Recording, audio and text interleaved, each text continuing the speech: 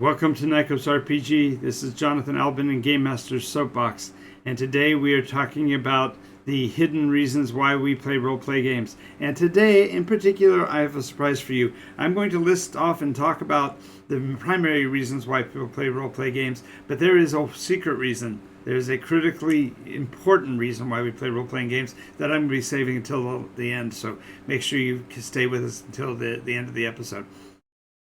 We're going to start out with the ones that are more common, and then we're going to move to the more esoteric. And when we get to the end, I'll have the one that's overarching that explains it all. All right, so here we go.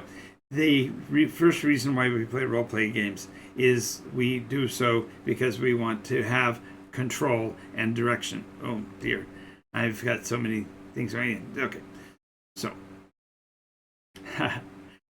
When I talk about control and direction, I'm sorry for recapping here, but my computer went down and I don't know what that was. But we crave control in our lives, and a role-playing game gives us an opportunity to present that agency mechanically. We're able to become that person and make those decisions that impact that character's life, perhaps in a depth level and intensity that we don't feel like we do in this world. The role-playing aspect that gives that control, of course, is the agency that the game master affords. And so the players are given a framework to operate in. They make the decisions they wish to make. They act as they would in the story, and then the game master adjudicates how that plays out. This control and direction aspect is, there are a good number of people that play specifically for that reason. If they are in a situation where the game master is not providing them with the capability of having that kind of control, if they're not being afforded the agency in the game, they're going to find dissatisfaction and want to find other groups. And this is why sometimes you have players that will enter a group and leave because they're not able to find what they are looking for. And so having an idea of the reasons we play, you can perhaps work with the different players and find ways to keep them at your table and to improve your game to make it more all-encompassing and bring in more players of the different kinds that you prefer. Second reason why people play role-play games is to become to have a connection with the community. They're looking for a set of experiences that they identify with and that they have a way of having a conversation. And becoming part of a role-playing group is a great example of becoming part of that community.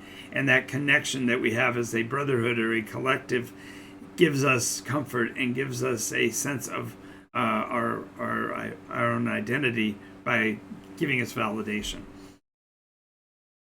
Third reason why people play role-play games is that they are simply looking for diversion. I was talking about this a few minutes ago, but the idea here is that we wish that the world was not the way it is, and since it is, we look for distraction and diversion from the challenges and difficulties we have in this world.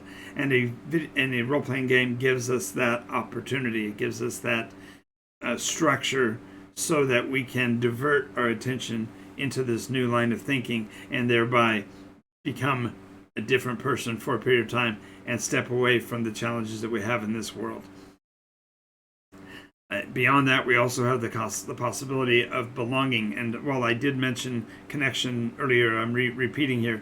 This case, I'm talking about the connection that we have when we want to feel the ownership of the situation, that we want to be the ones who make the decisions on whether we are belonging or not. There are ways that you can say this. There are people who refer to pick-me girls and guys that are simps or whatever, that are looking for a belonging and being part of something. And role-playing gives you a way to emulate that in a virtual environment, so therefore you can do some of those things that you would do but that you want to just experiment with, and therefore you have the opportunity to belong to the relationships in ways that you might not have possible in the real world.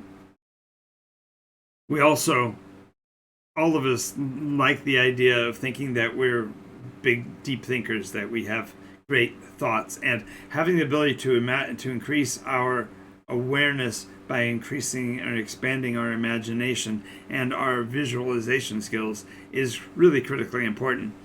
One of the essential tools that role-playing provides is an idea of relative positioning. When you are in a scene or in a game session, the game master, as he's describing, is giving you distances. How many feet away are you? What items can you reach out and touch at this point? What are what's the terrain like that you're standing on right now? And all of these terms are giving you a way to somewhat in a way introvert and see that location in your mind, and therefore be able to interact with it spatially in a virtual environment. And by doing that, we increase our ability to visualize and to conceive of things bigger and perhaps more expansive than we would have thought possible. Furthermore, this also goes to the angle of virtual exploration. I want to explore, I want to understand this strange world of role-playing, and I want to get the internalization of that experience. The concept of having a conversation in real time with a person who is representing a being that exists at another location and has a very different appearance does tend to expand our ability to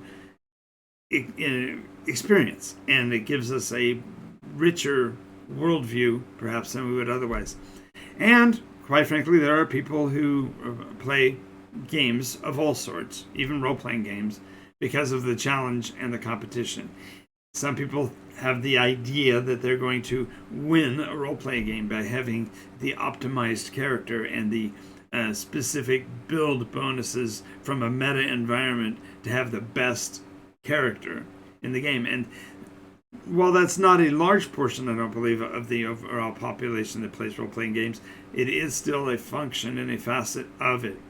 And then finally, we have this concept of belonging in a world and having a situational awareness, a concept of, well, I'm 3 miles from my house, and so I know how long that's going to take to walk, and I know that I've got food, and I've got tools, and I've got the wherewithal to act, and that allows us to therefore have a shared experience that is far, far more deep than it might seem. Because while you can have a conversation and talk about conditions in the world or whatever, having a situational awareness where you can actually experience even supernatural things in a tabletop environment, you're able to expand your awareness of the abilities and challenges that we have in this world as well as the others. But here we're going to get down to the secret, and the real secret to playing role-playing games, why we play games, drum roll please, is because we are human. From childhood all the way through our adult life, we are playful human beings. It is integral to the way we operate. We utilize play when we are younger as a tool, if you will, to emulate what will be coming in the future. We are able to get a grip on what might come before us by playing through or setting simulations up. And this process of simulation is play. It's absolutely integral. If you look at our communication and our speech patterns, they are rife with game references. People will say a situation is dicey, or they'll talk about the roll of a dice or the flip of a card, or they'll talk about the very ideas of having my turn, your turn, the idea of a sequence, of fairness, of sportsman-like conduct. Sports are, after all, games. If nothing else, you are figuring out ways to emulate other real-time action by something virtual, and therefore you're able to process that information in the abstract. This necessity to play is ingrained in us. And if you think of it, there are things that we say all the time that prove this. And the phrase, all work and no play makes Jack a dull boy. All work, we get that part, but no play, most of us know that we're playful. And we try to find ways to do it. Role playing is a primary way to do so that is visceral, and it's associated with our earliest play mechanisms, because when we were children, we played by role play.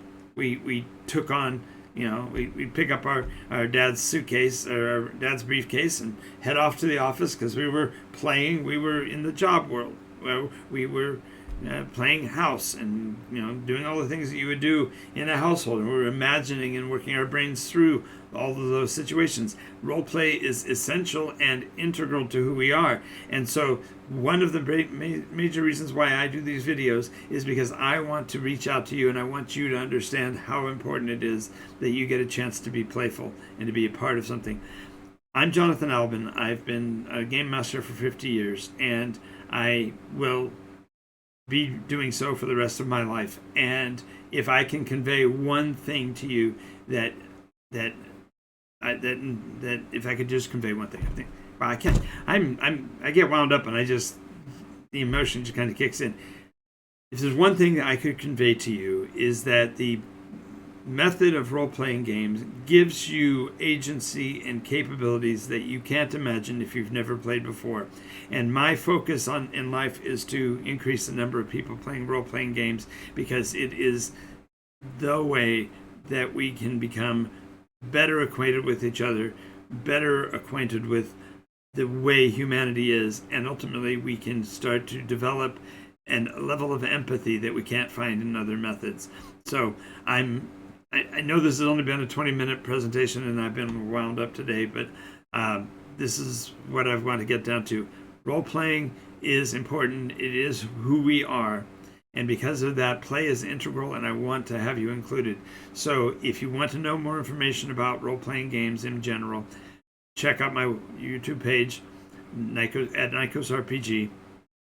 If you want to follow me on Twitch and get a chance to see the videos I've produced here, that's twitch.tv/NycosRPG. And if you want to become a part of, or want to get more information, become part of what we're doing, go to patreon.com/Nykos. I'm Jonathan Albin. I've approved this message, and I will be with you again soon. This is Game Master Soapbox, and I'm out of here.